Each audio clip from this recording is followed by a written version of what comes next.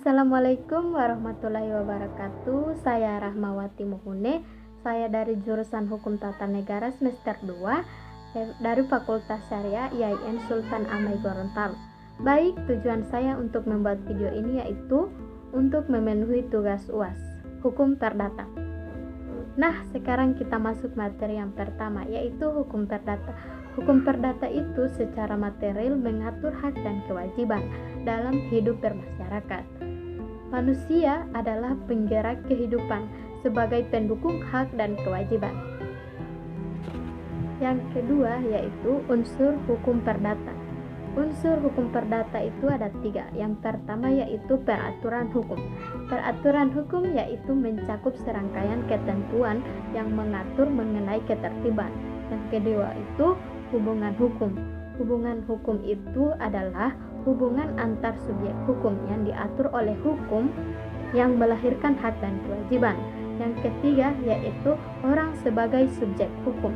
Orang sebagai subjek hukum itu adalah manusia dan badan hukum. Materi yang ketiga yaitu hukum tentang orang. Semua manusia sebagai subjek hukum, yaitu semua manusia berhak memiliki kewenangan hukum, tetapi tidak semua manusia memiliki kecakapan hukum. Dalam hukum ada 3 golongan manusia memiliki kecakapan hukum. Yang pertama yaitu orang yang belum berusia 21 tahun dan belum menikah. Yang kedua yaitu orang yang berada di bawah kuratele. Orang yang berada di bawah kuratele itu disebut kurandus dan diatur dalam pasal 433 sampai 343 KUHP Perdata. Yang ketiga yaitu istri yang tunduk pada BW. Ketika pada masa penjajahan, istri yang tunduk pada BW itu dianggap belum cakap. Segala perbuatan itu diatur oleh suaminya yang diatur dalam pasal 110 BW. Materi yang keempat yaitu badan hukum. Badan hukum adalah perkumpulan manusia.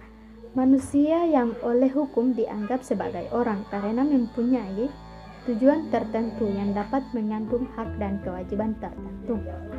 Dalam pasal 1653 KUHP Perdata yaitu mengatur klarifikasi badan hukum. Dalam garis besar, badan hukum ada 2 yaitu badan hukum publik dan badan hukum privat. Badan hukum publik contohnya seperti provinsi, negara sampai desa. Sedangkan badan hukum privat yaitu contohnya koperasi, CV dan PT. Materi selanjutnya yaitu perwakilan dan pengampunan.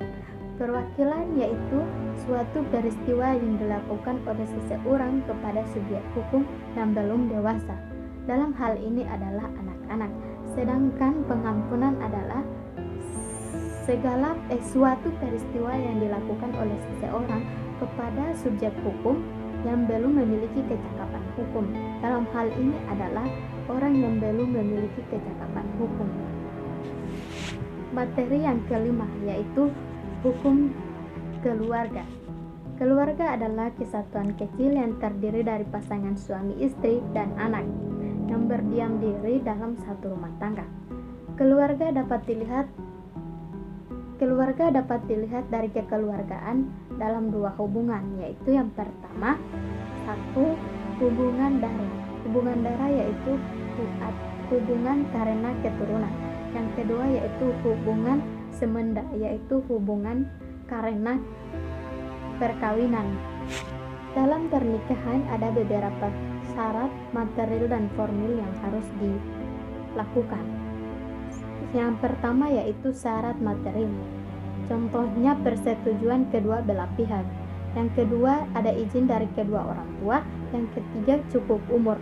Syarat formil yaitu harus mengajukan, contohnya itu harus mengajukan laporan ke pegawai catatan sipil atau KUA. Materi yang keenam yaitu hukum perikatan. Hukum perikatan adalah hubungan hukum di dalam hukum harta kekayaan antara 2 pihak yang menimbulkan hak dan kewajiban atas suatu prestasi. Dalam hukum perikatan itu ada beberapa unsur yang harus dipenuhi. Yang pertama yaitu hubungan hukum. Yang kedua yaitu adanya dua pihak, yaitu kreditur dan debitur. Kreditur yaitu pihak yang berhak atas suatu prestasi, sedangkan debitur yaitu pihak yang wajib berprestasi. Yang ketiga yaitu adanya hak dan kewajiban. Yang keempat yaitu adanya prestasi yang wujudnya menurut pasal 1234 KUHP Perdata. Materi yang terakhir yaitu hukum waris. Hukum waris merupakan suatu bagian dari hukum perdata. Hukum perdata. Hukum waris yaitu memuat peraturan-peraturan yang mengatur proses meneruskan serta mengoporkan barang-barang, harta benda, dan barang-barang yang tidak berwujud kepada satuan angkatan manusia sampai ke turunannya. Dalam hukum waris ada 3 unsur yang harus ditepati. Yang pertama yaitu pewaris. Pewaris yaitu orang yang sudah meninggal dan meninggalkan hartanya. Yang ketiga yaitu harta warisan. Yang kedua yaitu harta warisan. Harta warisan yaitu kekayaan yang bersifat pasif dan aktif. Yang ketiga yaitu ahli waris. Ahli waris yaitu orang yang berhak atas kekayaan atau hartanya. Dalam hukum waris juga ada 2 syarat yang harus dipenuhi, yaitu cakap dan patuh.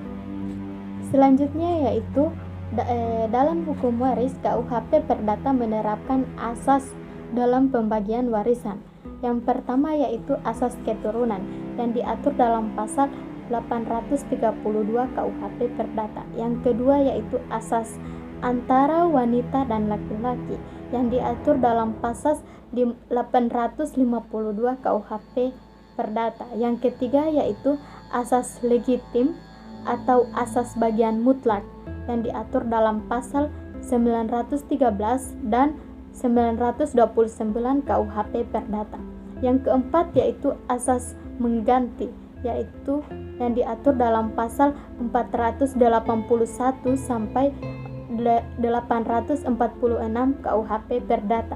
Yang terakhir yaitu asas individualitas yang diatur dalam pasal 834 dan 1064 KUHP Perdata. Baik, sekian. Mohon maaf jika saya tidak menjelaskan materi ini secara utuh. Semoga ilmunya bermanfaat. Wabillahi taufiq wal hidayah. Wassalamualaikum warahmatullahi wabarakatuh.